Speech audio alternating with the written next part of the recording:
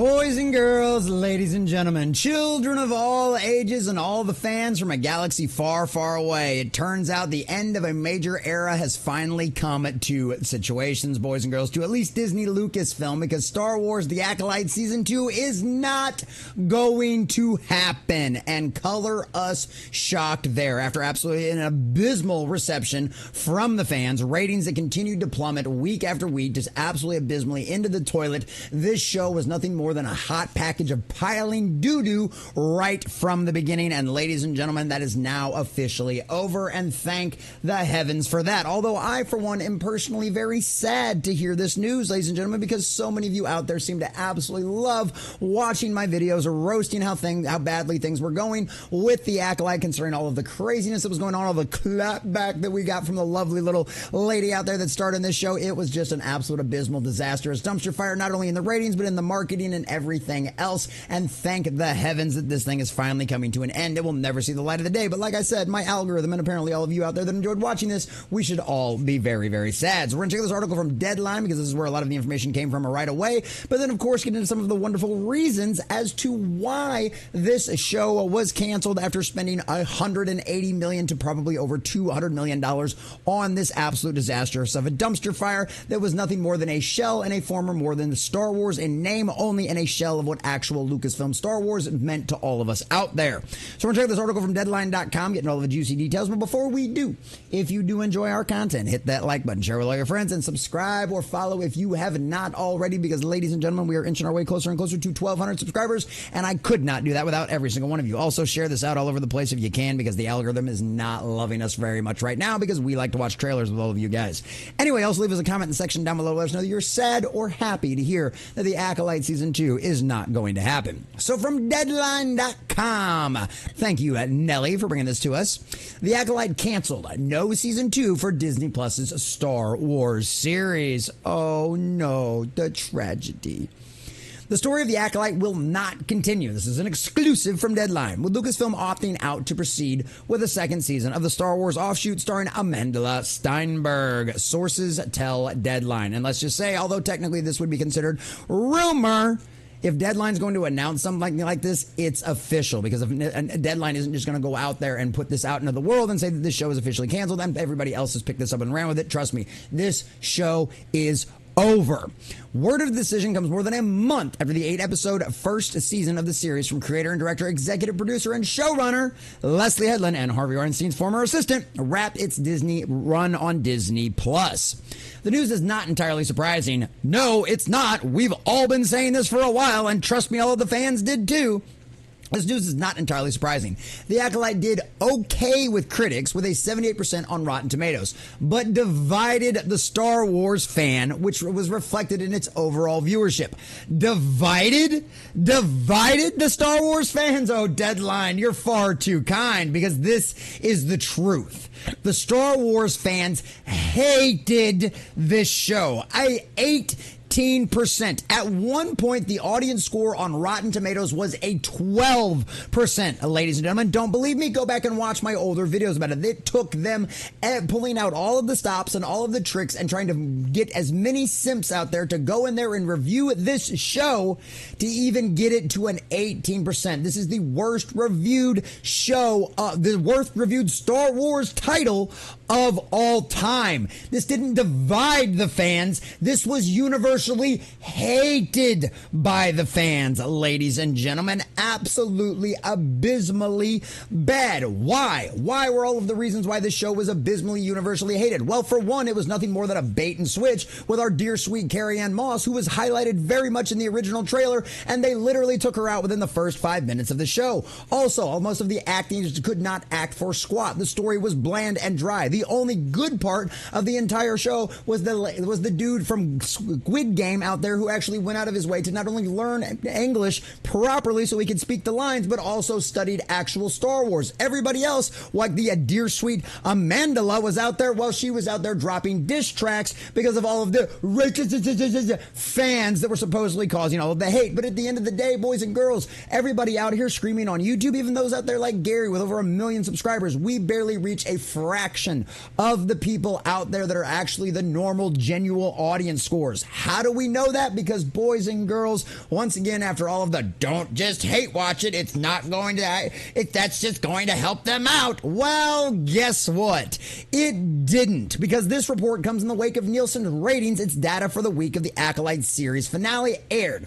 The show only managed to garner 335 million minutes watched. That was less than the 2-episode premiere, which brought in 488 million minutes watched. And as you can see, it barely cracked the top 10. And this isn't the overall top 10. This is original series, boys and girls. This is not all the replays and stuff like that. That's the only way this thing ever cracks into the top 10. It was never in the overall top 10. It just was in the original streaming series one. Nielsen viewership number reflects a significant decline per episode on the series on IMDb. The first episode received 26,000 reviews, while that finale only received 11,000. Not only did the show receive poor viewership, but those who did watch it did not like it. The show has a 4.1 out of 10, with the plurality 45.8% of all reviews being a 1 out of 10. 1 out of 10 for almost half the people watched it. They couldn't even find something even halfway decent to say something nice about the show and get it above a 1 rating. This report also confirms a rumor for WDW Pro, who indicated that Lucasfilm would not be moving forward with the show at the end of July. Once again, confirming another rumor put out there by WDW Pro, which is why we report on what the man says, because 95 out of 100 times he is correct. And this is just one more of those confirmations out there. He said at the time, sources tell me that Leslye Headland does not, as of right now, have a contract for Season 2 of The Acolyte. Said source tells me that following the finale of Season 1 and the results that may have been coming in weeks ahead, this decision may have been coming in weeks ahead of the finale. There are no current plans to develop a Season 2. Because obviously this is the thing. At the end of the day, we all cover Nielsen numbers and Samba numbers, right? Because those are the publicly available ones that we can get access to. Disney has its own internal numbers. I mean, it's their algorithm. It's their program. Trust me. They know the exact numbers of how many people actually watch this show for how long, and I guarantee you it's by username. They can look you up specifically and find out exactly how much time you spent watching this show. They have the best numbers out there, and they of course know before any of the rest of us that this show is an abysmal failure and did worse than anything else that they have put out there. And the Nielsen and the Samba TV numbers only confirm it for the rest of us out of there. So of course they had made the decision weeks prior to these Nielsen numbers becoming public, because they already knew how much of a failure this was. $200 million would have served them better being set on fire on the front lawn of Walt Disney World in Orlando and live stream it and sold tickets to the live event, because you would have made more money and had more people watch that than The Acolyte, which is why you're not getting a Season 2. So he says, my sources tell me that everything in Season 1 indicates they did not plan on doing a Season 2, especially with how the show ends. But as of right now, the continuation of the story seems to be indefinite hold, indefinite pause, and exactly the problem right here. And of course, we can go over all the numbers again and of course how badly it did. But one of the things that they don't bring up in here is how abysmally bad the marketing was around this show, right? Right from the very beginning, Amanda Laware had some resurfaced videos of her trying to say that one of the movies goal that she did before was to make white people cry. And of course, that was something from years ago, and a lot of people kind of ran with it as something she was saying about Star Wars, which of course that wasn't accurate, which is why we never ran with the story that way. But at the end of the day, what it came down to is she literally was...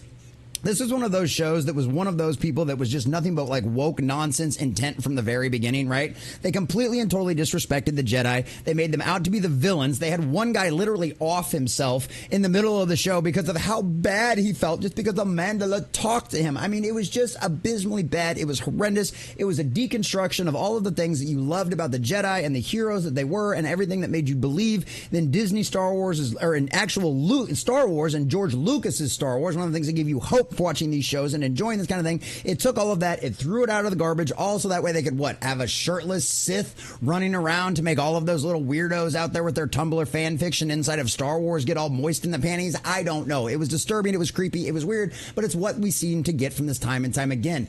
Leslye Headland created this show specifically under the guise of Kathleen Kennedy. Kathleen Kennedy even is out there in a public fear, saying that initially Leslye Headland came to her with a very good Star Wars show, and Kathleen Kennedy told her to rewrite it and make it a Leslye Headland show. And well, we saw what the results of that were, boys and girls, the failures on the time and time again. And no matter how much Leslye Headland and begged fans to go out there and watch the show, encouraging people to try to pump those numbers up after it was already obvious that it was an abysmal failure, none of that would do any good. They begged people to go back and watch this show, to tell their friends about it, because apparently Leslye Headland doesn't check out all the stuff on social media and had no idea what all of the actual fans were out there saying to us. And at the end of the day, that's exactly the problem, right? This is one of them situations where they ignore the fans. You spent billions of dollars on a franchise because of the built-in audience that came with it. Star Wars was a money printing machine